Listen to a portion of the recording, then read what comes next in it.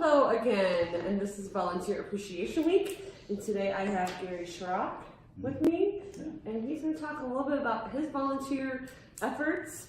So first of all, I want to know, what was your first volunteer experience? So my first volunteer experience was actually at MCSA, and that's been about 2.5 years ago.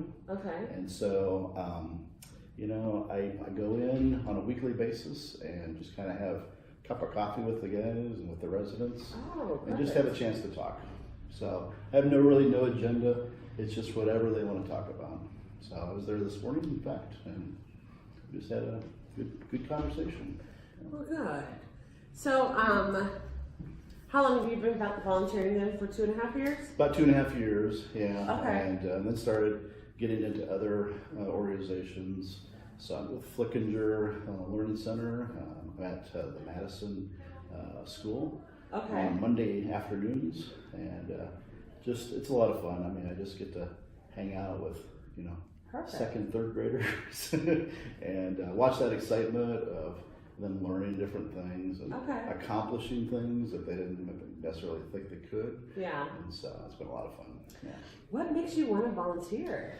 Well, you know, one of the impacts as far as my job, one of the impact persons was Dave and Jeannie Stanley. Oh, yes. And they continually gave back to this community. And it inspires you. I mean, it inspires you to give back. I had been living here for, I'm ashamed to say I've been living here for about 23 years and just recently got involved. I mean, you learn, you kind of raise your children, you kind of get locked into this, you know, raising kids, going to school. It's just this rhythm of life. Yeah. And now our children are adults, they're out of the house, so I have a little bit more time to give back. And so what I received as a parent for so many years with our children, I feel like I just want to give back to that. That's awesome. What is one of your most memorable volunteer experiences? Well, I want to talk about Flickinger because again, it's that just that little thing of doing sight words or doing simple mathematics. And so watching, I just had this one little girl in particular that she was so excited when she was able to get through her sight words. And then I asked her, you know, hey, let's move up to the next level. Well, I think you could do this. I think you can do this. And so then she accomplished that next level. And that was not necessarily on the agenda for the day, but we just kind of took it one more step. And when she accomplished that, she was just really excited about it. Which in turn makes you feel good that you kind of put, you know, and sometimes that's what all of us need, is that little push. Yep, exactly. To keep going and doing what, you know. So how do you want to encourage others to volunteer? You know, I think a lot of folks, including myself, I think we use time factor. Like, oh, I don't have the time, right? I don't have the time. I would love to do that, but I don't have the time. And, you know, I have the luxury of during my work day to be able to create some of that time.